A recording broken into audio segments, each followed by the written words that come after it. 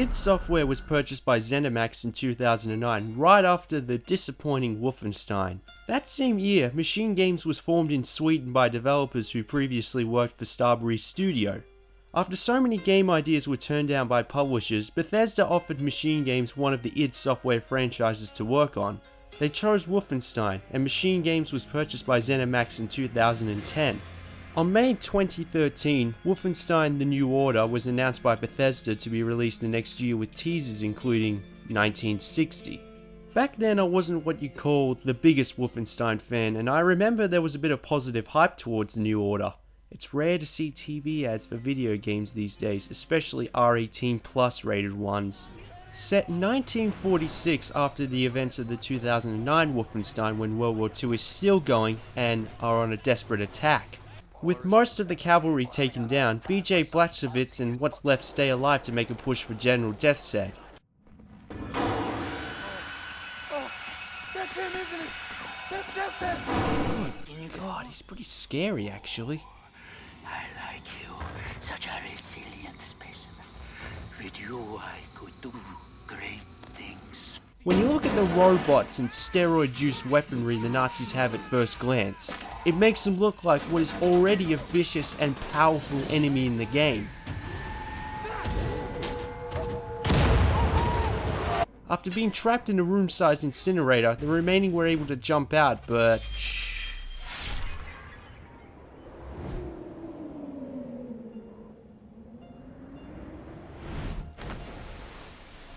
Blatzo got some glass into his brain and was sent into a coma. After waking and slowly recovering, he notices the surrounding of Nazis in the hospital, taking patients one by one, then shutting the hospital down and shooting anything in sight, except Blatzowicz, of course, who somehow, someway, snaps out of his vegetative state at the last second. Nazi scum.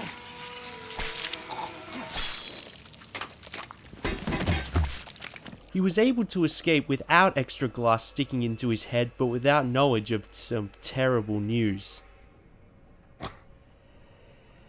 1960.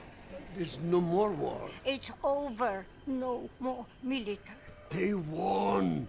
The Nazis rule the world now. They are everywhere. Everywhere. What about the U.S.? Boo! Atom bomb. They surrendered 12 years ago when Nazi atom bombed their country. Yep, he was out for 14 years, and in that time, Nazi Germany won. Although flabbergasted at first, Blatzowicz decided to find and grow a secret resistance to set things right. You don't really get good stories in shooters these days, apart from Mass Effect or Spec Ops: The Line. The most typical and cliched timeline to write a story for an FPS is either today or World War II. But because it's set in an alternate universe when the Nazis won, it gives MachineGames so much creative freedom. You can tell from the surroundings, the technology, and the feeling of overpowering intimidation by the Nazis, the writers did a really good job on what if.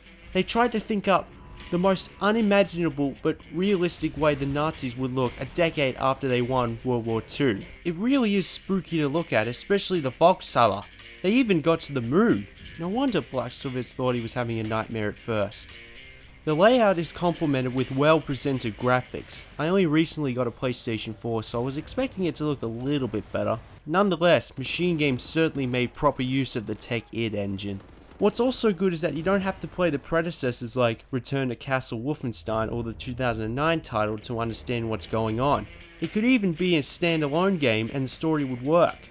I like how the characters behave like they're stuck in the 1940s, as if they have no business being in this timeline. They just do whatsoever they please now.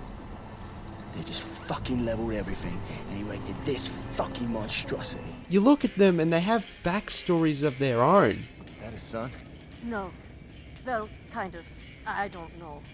So not his son. Used to be Klaus had a son, born during the war. A miracle, he called it. They had tried for years to have a child, him and his wife.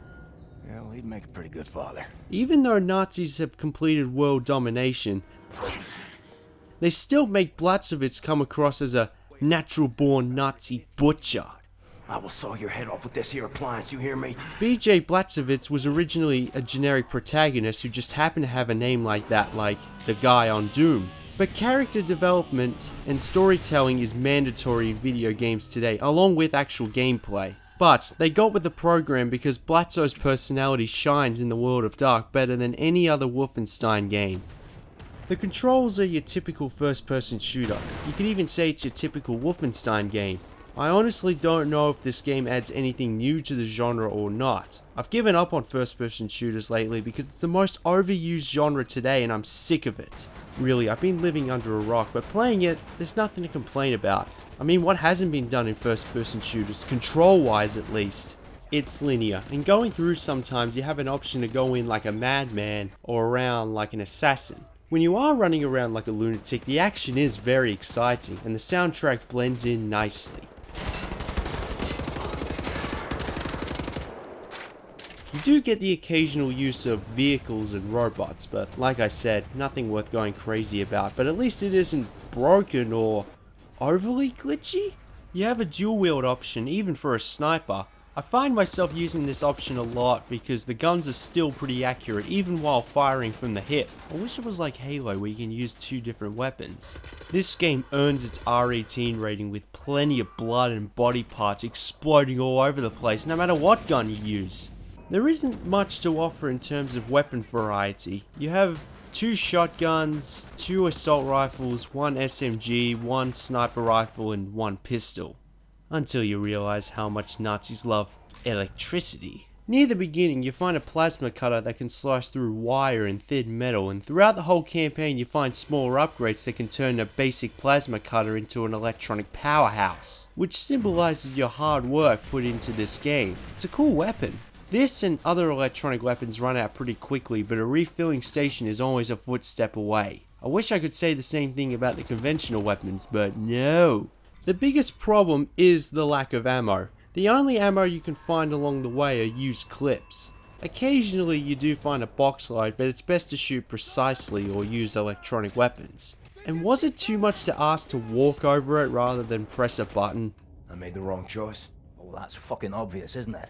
I'm a little bit disappointed by the lack of multiplayer, but according to MachineGames, they had to choose which one to put the most focus on. I'm glad they chose the single player as I'm not really into online gaming, but I hardly know any FPSs that have no multiplayer. I guess Bethesda didn't want to run with the pack. There's even an Easter egg where you can play the original Wolfenstein 3D with the graphic combination of 3D and the New Order. That's different. Unfortunately, it's only the first level, but still, it's a nice little Easter egg. At first I thought it wasn't a very long game until you realize there are 2 campaigns that split on the first level. How they split would be a spoiler alert, but it multiplies the gameplay time to around 10 hours plus. Any game with single player mode only, with replayability, is always a good thing. The only thing I will give away is that they're both the same campaign with slightly different pathways. Hate to make compliments, but I might have underestimated the usefulness of your ape-like physique, Mr. Blatzowicz. Still, Bethesda and MachineGames did a fine job putting the Wolfenstein franchise back into the spotlight with a timeline anyone dare try. It's a 7.5 out of 10. It doesn't necessarily do anything new. It's just a first-person shooter set in an alternate universe when Nazis won World War II without multiplayer. But because it's Wolfenstein, it makes sense. It's the level of creativity in the story and presentation that makes Wolfenstein: The New Order stand out. It's amazing how a franchise can go from this to this. Well, obviously with technological advancement and proper development. I think I'll look into other Wolfenstein games after that one.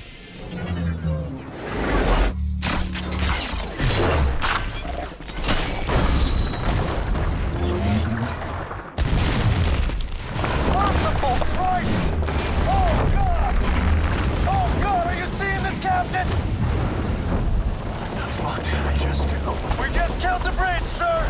We just killed the bridge with the big magic metal